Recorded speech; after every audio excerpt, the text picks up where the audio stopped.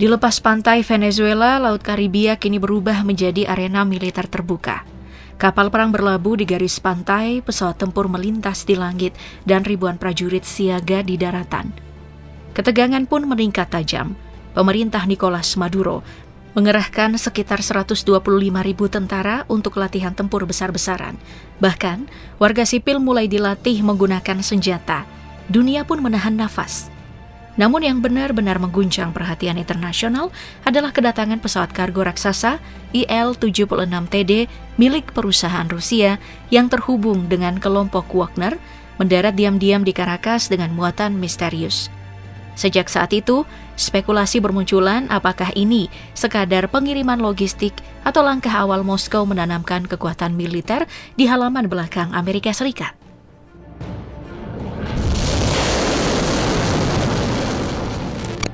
Kedekatan Rusia dan Venezuela sejatinya bukanlah hal baru. Hubungan mereka berakar sejak awal tahun 2000-an ketika Hugo Chavez mulai merapat ke Moskow untuk menantang dominasi Washington di Amerika Latin. Sejak itu, Venezuela menjadi pintu masuk strategis Rusia di kawasan. Di era Maduro, kemitraan tersebut justru semakin kokoh. Dari perdagangan senjata hingga latihan militer gabungan, hubungan kedua negara berubah menjadi aliansi yang berbasis pada kepentingan bersama melawan pengaruh Barat. Langkah terbaru mempertegas hal itu. Pada Oktober 2025, Parlemen Venezuela resmi mengesahkan perjanjian kemitraan strategis dengan Rusia, memberikan dasar hukum bagi kolaborasi militer dan ekonomi kedua negara. Moskow pun merespon dengan cepat, menyatakan dukungan penuh terhadap Caracas dan mengecam setiap langkah Amerika Serikat yang dianggap mengancam kedaulatan Venezuela.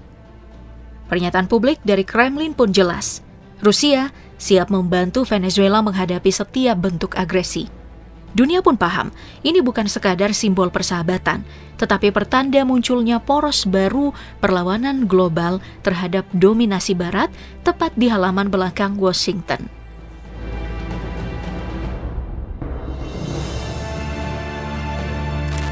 Hubungan yang kian mesra antara Moskow dan Caracas kini tak hanya sebatas diplomasi, tetapi telah menjelma menjadi aliran senjata dalam skala besar.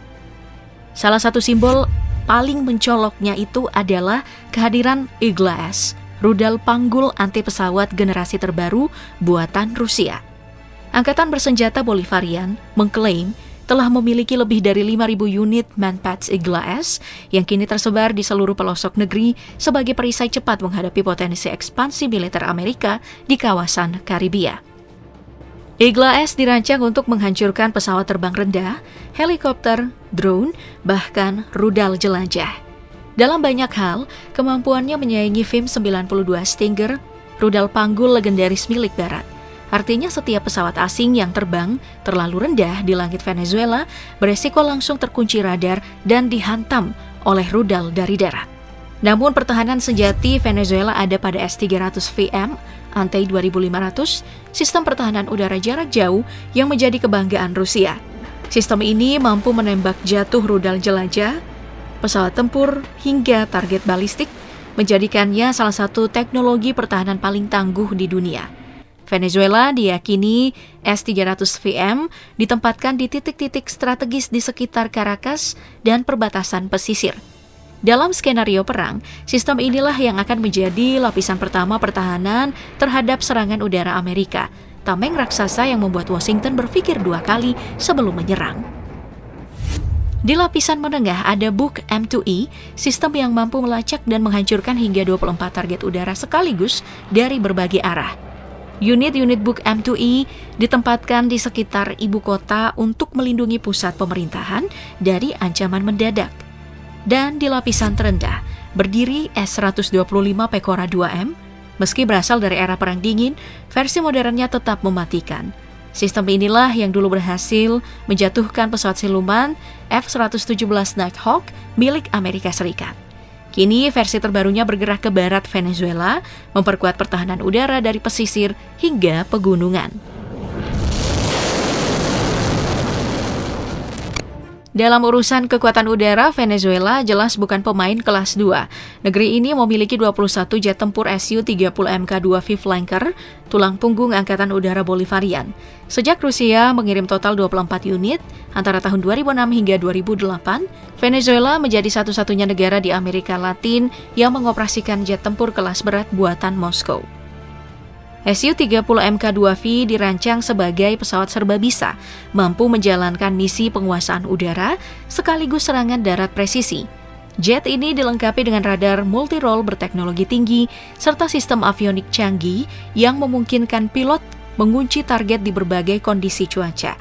Yang membuatnya benar-benar menakutkan adalah kombinasi persenjataannya. Rudal anti kapal supersonik KH-31A dan KH-31P, senjata yang diciptakan untuk menghancurkan kapal perang berbobot hingga 4.500 ton. Dengan kecepatan luar biasa dan daya ledak besar, rudal ini memberi waktu reaksi nyaris nol bagi kapal lawan. Namun kekuatan Su-30 tak berhenti di laut. Di udara, jet ini membawa rudal udara ke udara R-77, kebanggaan industri militer Rusia. Rudal ini melesat hingga Mach 4 dengan jangkauan tampak lebih dari 100 km. Artinya pilot Venezuela bisa menembak lebih dulu sebelum radar musuh sempat menangkap sinyal kehadirannya. Kini di langit Karibia yang makin tegang, Su-30 Venezuela berdiri sebagai ancaman nyata bagi setiap pesawat tempur Amerika, termasuk F-35. Nah, untuk pertama kalinya sejak Perang Dingin, langit di halaman belakang Washington bukan lagi wilayah udara yang aman bagi satu kekuatan saja.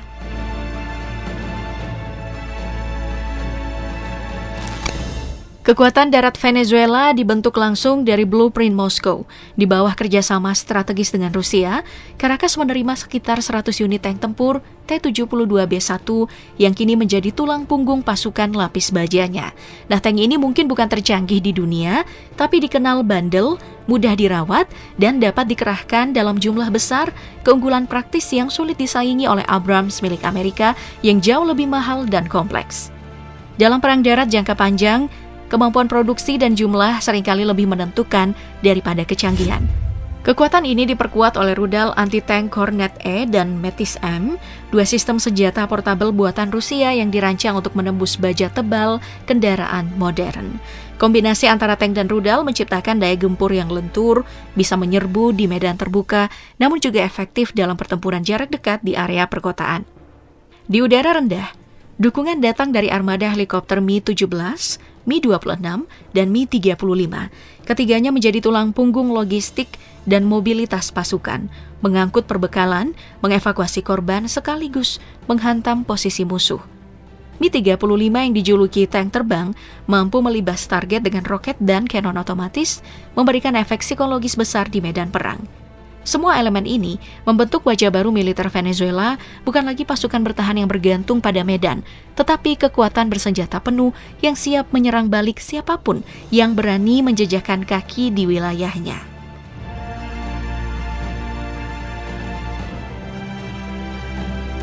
Hubungan Rusia-Venezuela kini berkembang jauh melampaui sekadar perdagangan alutsista.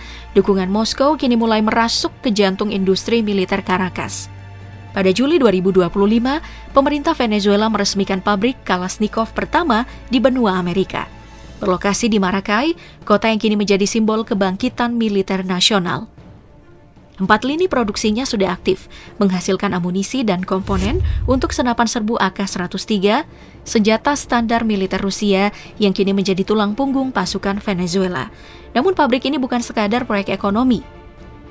Ia berdiri sebagai lambang kemandirian, di mana Venezuela kini dapat memproduksi senjatanya sendiri, bebas dari kendala industri senjata barat. Tapi di balik kilau industri ini ada bayangan yang lebih gelap. Beberapa laporan intelijen menyebut pesawat kargo Il-76TD milik Aviacon Sitotrans, perusahaan Rusia yang diketahui punya hubungan erat dengan kelompok Wagner, telah beberapa kali mendarat di Venezuela dengan membawa kargo rahasia. Aviacon sendiri telah masuk dalam daftar sanksi Amerika Serikat sejak 2023 karena terlibat dalam pengiriman logistik militer untuk Wagner dan lembaga pertahanan Rusia lainnya. Dari luar, kerjasama ini tampak seperti proyek industri biasa, tetapi di baliknya bisa saja tengah dibangun jaringan dukungan militer bayangan Rusia yang memperkuat Venezuela tanpa perlu pengumuman resmi ataupun perjanjian terbuka.